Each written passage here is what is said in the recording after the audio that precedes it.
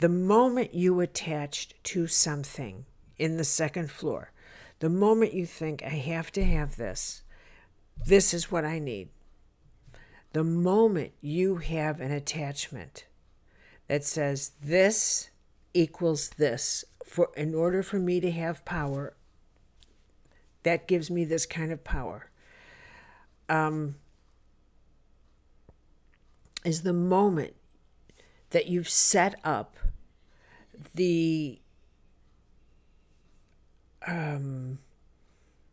break.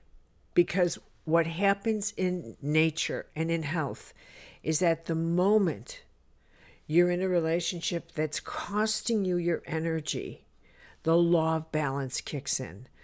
I feel like I need to explain this because I want to make sure that I'm communicating this. Loving and attachments and are not the issue here. I mean, I love, the little nicks and nonsense stuff I have here in my dog and my family and all this. That's not the problem. It's when you, maybe this is the best way to say it. It's when love comes from fear and insecurity, and you start talking to yourself in such a way that you start making up narratives like, this cup is my lucky cup, and if I lose this, there goes my luck. Or if you form a power relationship with someone that looks like love, but it's not. It's in fact the opposite, where as a result of your relationship with that person, you are there's a manipulation going on, or there's a strain going on that is causing a weakness. There's a power play going on. It is inevitable that something will happen to break that apart. Am I making that clear? It's not. So when love enhances, you're safe. Let me just put it that way. When a relationship, but when you call something love and it's not, and if you were quiet and still, and you examined, how does this relationship make me feel? What's going on in this? What is it doing to my power? If every time you're in that dynamic, you feel power leave you, then it is difficult to call that love. It is and at some point, that dynamic will come into a confrontation. Why? Not because of that person, but because the lesson of power is what life is about. It wouldn't matter if it was that person or any other person. It wouldn't matter.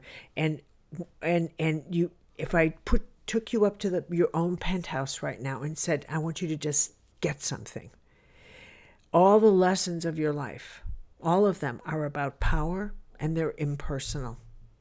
So if you look at all the power plays or all the issues or all the objects that you have in your second floor, all the things you think you need to have, want, anything. And if I went in there and swapped them with a bunch of other people and a bunch of other things, you would still have the same power issues, and you would still have the same cravings. So it doesn't matter. What matters is that you recognize, you know what? Whether I was in a power play with this person or that person was in a power play with me, I would still be in this learning cycle in the second floor. I would still be dealing with learning about competition and what it does to me. I would still be learning about justice and injustice and wanting the world to revolve around me. And I would still be learning about what the issues of what causes betrayal. I would still be getting betrayed, and I would still betray.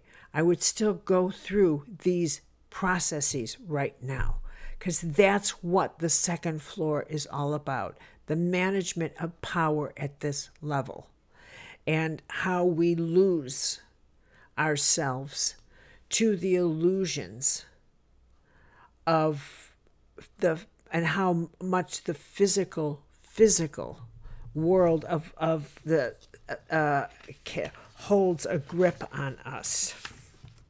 The second floor is quite an extraordinary. They're just extraordinary. I'm looking for your homework because I can't believe how here.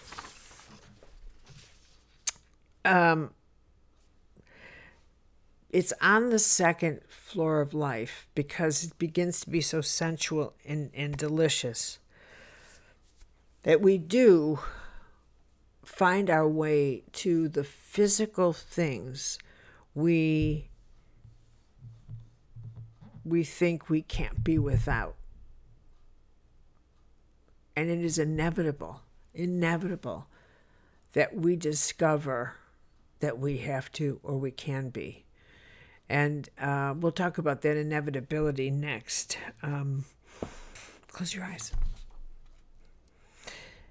Sometimes, Lord, I have to admit, I wish you were more consistent, at least by my definition. I wish you would decide to put me on calm waters or not. I could get the right gear on and not expect anything other than the sea I'm sailing upon. Of course, I realize upon closer inspection of my own thinking what a foolish wish that is. After all, any captain sailing on calm seas for too long becomes careless and loses those fast, sharp, reactive survival instincts that make him an excellent captain in the first place. It is the storms in our life that refine our instincts, not calm waters. We learn nothing napping in the sun. But no captain can navigate through a storm forever without dying of exhaustion or turning the ship over to someone else. The design of life is one of perfection.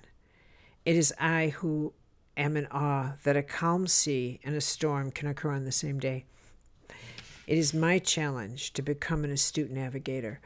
I am learning that my mind can be on a calm sea while my heart remains in a storm, or sometimes the other way around. If heaven is anything, it's consistent. It is the Tao. We are the navigators of our lives. Our exhaustion with the way of heaven happens because we would like that certain wind, that celestial holy breeze, to take over for us in such a way that we recognize the currents and the direction in our ETA. And perhaps most of all, we long to have confirmation that it is heaven controlling the flow of the wind, preventing our fear-driven imagination from projecting the fragments of our life onto an invisible landscape.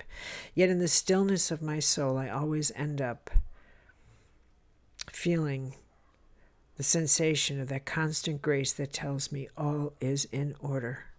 I cannot make up that sensation, and I will admit at times I wish I could, because I've wanted to run away from that voice and its majestic authority so many times. But where's there to run, really? It is that voice I end up running to, even for help, in order to run away. The truth is I must learn to navigate and trust the way of divine chaos and calm, for you are the entire ocean. Thank you, everyone.